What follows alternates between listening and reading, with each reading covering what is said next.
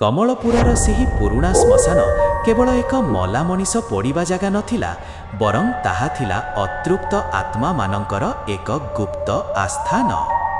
ଗାଁର ବୟସ୍କ ଲୋକମାନେ କୁହନ୍ତି, ସେହି ବରଗଛ ମୂଳେ ଦିନେ ଜଣେ କେତ ତନ୍ତ୍ର ସାଧକ ନିଜର ଶକ୍ତି ବଢ଼ାଇବା ପାଇଁ ଜଣେ ନିରୀହ ସ୍ତ୍ରୀ ଲୋକକୁ ବଳି ଦେଇଥିଲା। ସେହିଦିନଠାରୁ ସେହି ସ୍ତ୍ରୀ ଲୋକଟି କାଣି ଭୁତୁଣି ସାରି ସେଠାରେ ରାଜ କରୁଛି।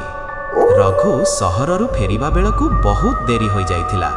ଗାଁ ମୁଣ୍ଡରେ ପହଞ୍ଚିବା ବେଳକୁ ଆକାଶରୁ ବିଜୁଳି ମାରିବା ସହ ଛିପି ଛିପି ବର୍ଷା ଆରମ୍ଭ ହୋଇଗଲା। ସାଇକେଲର ଚେନ୍ ଖସିଯିବା ପରେ ରଘୁ ଯେତେବେଳେ ସେହି ରହସ୍ୟମୟ ବୃଦ୍ଧାଙ୍କୁ ଦେଖିଲା, ତାର ହୃତ୍ସ୍ପନ୍ଦନ ବଢ଼ିଗଲା।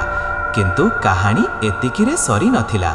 ଯେତେବେଳେ ରଘୁ ଭୟରେ ଦୌଡ଼ିବାକୁ ଲାଗିଲା, ସେ ଦେଖିଲା ଯେ ବର୍ଷା ଟୋପାଗୁଡ଼ିକ ଧୀରେ ଧୀରେ ଲାଲ ରଙ୍ଗର ହୋଇଯାଉଛି।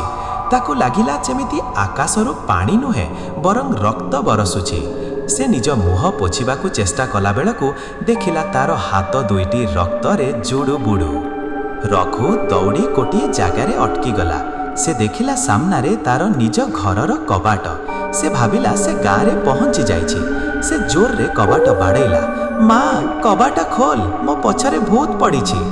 କବାଟଟି ଧୀରେ ଧୀରେ ଖୋଲିଗଲା, କିନ୍ତୁ ଭିତରେ ତାର ମା ନଥିଲେ, ବରଂ ସେହି ଓଲଟା ଗୋଡ଼ିଆ ଭୁତୁଣି ଠିଆ ହୋଇଥିଲା।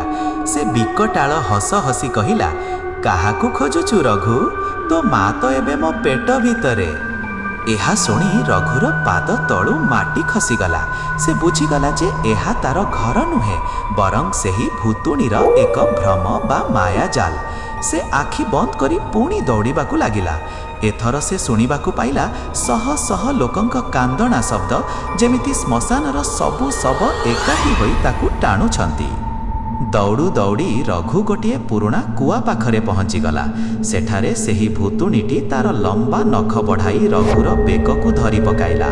ରଘୁକୁ ଲାଗିଲା ସତେ ଯେମିତି ତାର ଜୀବନ ବାୟୁ ଉଡ଼ିଯିବ। ଠିକ୍ ସେହି ସମୟରେ ଦୂରରୁ ଗାଁ ମନ୍ଦିରରୁ ଶଙ୍ଖ ବାଜିବା ଶବ୍ଦ ଶୁଣାଗଲା। ବୋଧହୁଏ ପୂଜାରୀ ଜଣକ ଭୋର ସମୟରେ ମନ୍ଦିର ଖୋଲିବାକୁ ଆସିଥିଲେ। ଶଙ୍ଖ ଶବ୍ଦ ଶୁଣିବା ମାତ୍ରେ ଭୁତୁଣିଟି ଦୁର୍ବଳ ହୋଇଗଲା। ରଘୁ ନିଜ ପକେଟର ଗୋଟିଏ ଛୋଟ ପଞ୍ଚମୁଖୀ ହନୁମାନଙ୍କ ଫଟୋ ବାହାର କରି ତା ଆଡ଼କୁ ଦେଖାଇଲା। ଏକ ପ୍ରଚଣ୍ଡ ବିସ୍ଫୋରଣ ପରି ଶବ୍ଦ ହେଲା ଏବଂ ସେହି ସ୍ଥାନଟି ଧୂଆଁମୟ ହୋଇଗଲା। ଭୁତୁଣିଟି ନିଆଁରେ ଜଳିବା ପରି ଚିତ୍କାର କରି ଶୂନ୍ୟରେ ମିଳାଇଗଲା। ସକାଳେ ଯେତେବେଳେ ରଘୁର ଚେତା ଫେରିଲା, ସେ ନିଜକୁ ସେହି ଶ୍ମଶାନର ବରଗଛ ମୂଳେ ପାଇଲା। କିନ୍ତୁ ଆଶ୍ଚର୍ଯ୍ୟର କଥା, ତା ସାଇକେଲ ସେଠାରେ ନଥିଲା। ସେ ଧୀରେ ଧୀରେ ଘରକୁ ଆସିଲା। ତାର ମା ତାକୁ ଦେଖି କାନ୍ଦି ପକାଇଲେ। ରଘୁ ଯେତେବେଳେ ଆଇନା ସାମ୍ନାରେ ଠିଆ ହେଲା, ସେ ଦେଖିଲା ତା ବେକରେ 5ଟି କଳା ଆଙ୍ଗୁଠିର ଚିହ୍ନ ବସିଯାଇଛି, ଯାହା କେବେ ବି ଲିଭିଲା ନାହିଁ। ଆହୁରି ରହସ୍ୟମୟ କଥା ହେଲା, ସେହିଦିନ ପରଠାରୁ ରଘୁ ଯେତେବେଳେ ବି କୌଣସି ପୋଖରୀ ବା ଆଇନା ପାଖକୁ ଯାଏ, ତାକୁ ନିଜ ପ୍ରତିବିମ୍ବ ପଛରେ ସେହି କାଣି ଭୁତୁଣିର ଛାଇ ଦେଖାଯାଏ।